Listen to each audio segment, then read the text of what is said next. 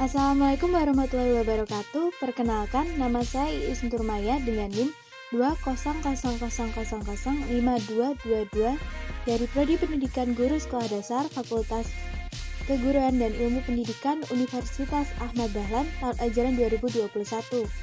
Di sini saya akan menceritakan sebuah cerita rakyat yang berjudul Nyi Roro Kidul untuk memenuhi tugas ulangan tengah semester Keterampilan Berbahasa dan Sastra Indonesia.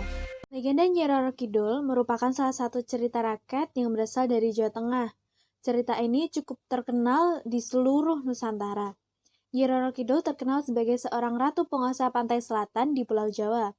Bagaimanakah ceritanya? Konon, pada zaman kerajaan Pajajaran, hiduplah seorang raja bernama Raja Munengwangi, atau terkenal dengan nama Raja Siliwangi ke-6. Ia merupakan raja yang sangat suka berburu. Suatu hari, dia memutuskan untuk berburu masuk ke hutan sendirian. Tatkala, dia malah tersesat dan tidak tahu jalan keluar. Setelah berputar-putar cukup lama, dia bertemu seorang putri cantik jelita yang ternyata adalah putri penguasa hutan tersebut. Si putri pun berkata, "Aku bisa menuntunmu kembali ke jalan keluar, asal kau mau menikahiku." Sang raja pun mendengar persyaratan tersebut langsung setuju dan menikahinya.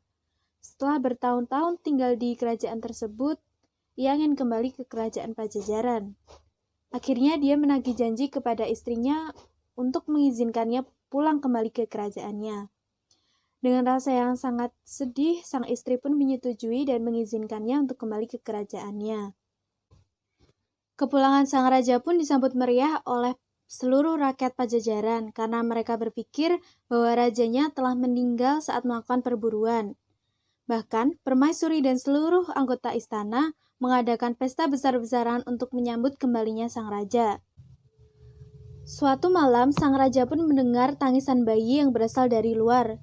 Dicarilah sumber suara tersebut, hingga akhirnya dia menemukan seorang bayi yang tergeletak di pojok taman.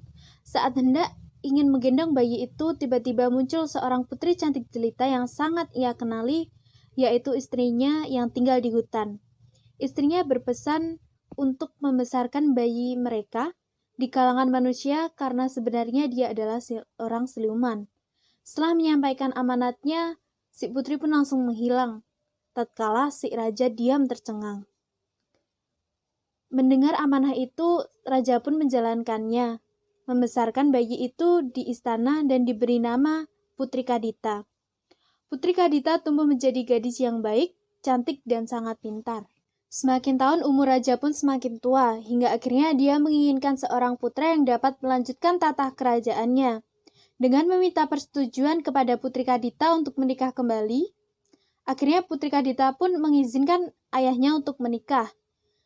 Raja pun menikah dengan Dewi Mutiara. Setelah berbulan-bulan menikah, mereka pun dikaruniai seorang putra. Pada masa kehamilan Dewi Mutiara mengajukan permintaan, yaitu satu permintaan yang sangat berat bagi raja, dengan mengusir Putri Kadita dari kerajaan. Raja pun membantah dan menolak permintaan tersebut, dikarenakan Putri Kadita merupakan putri kesayangan raja.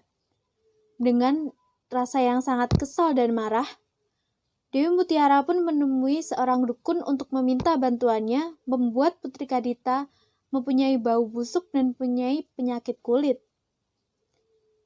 Malam harinya, si dukun pun melancarkan aksinya dengan mengirimkan bau busuk yang menyeluruh di kamar Putri Kadita.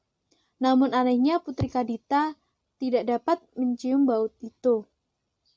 Pagi harinya saat ia bangun, dia pun tercengang karena tubuhnya sudah berbau busuk dan kulitnya dipenuhi oleh penyakit kudis. Raja pun kaget melihat keadaan putrinya, sehingga dia memanggil seluruh tabib istana untuk menyembuhkan putrinya. Namun anehnya, tidak ada satupun tabib istana yang dapat menyembuhkan penyakit putrinya. Suasana ini pun dimanfaatkan oleh Dewi Mutiara untuk mengusir Putri Kadita dari kerajaan, yaitu dengan mengatakan bahwa jika Putri Kadita tidak diusir dari kerajaan, akan membawa kesialan bagi si jabang bayi. Akhirnya sang raja pun menuruti permintaan Dewi Mutiara untuk mengusir Putri Kadita dari kerajaan. Akhirnya Putri Kadita pun diusir dari istana, hingga dia sendirian tidak tahu arah ingin kemana. Sesampainya dia di sebuah gunung, yaitu Gunung Kombang, dia memutuskan untuk bertapa, meminta tolong kepada Tuhan untuk mengangkat penyakitnya itu. Hingga tiba-tiba dia mendengar suara yang menyuruhnya untuk berjalan ke arah ke pantai selatan. 7 hari 7 malam ditempuhnya hingga sampai di pantai selatan.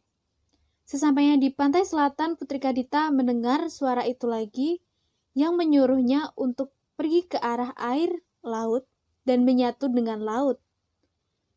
Suara itu semakin keras hingga mendorong Putri Kadita untuk melakukannya. Hingga akhirnya Putri Kadita pun berendam di air laut itu. Namun dia malah terkaget-kaget karena seluruh penyakitnya tiba-tiba menjadi sembuh, serta dia mempunyai kecantikan yang lebih dari sebelumnya. Sesampainya, Putri Kadita membuat keputusan untuk tinggal di laut itu karena dia telah diangkat penyakitnya dan diberi kekuatan. Putri Kadita pun membangun istana yang sangat megah, kokoh, dan sangat berwibawa, serta mempunyai pasukan yang sangat setia kepadanya. Dari legenda itu, Putri Kadita pun disebut sebagai Ratu Pantai Selatan, Nyi Roro Kidul. Begitulah alur kisah cerita rakyat Nyi Roro Kidul. Terima kasih sudah menyaksikan. Wassalamualaikum warahmatullahi wabarakatuh.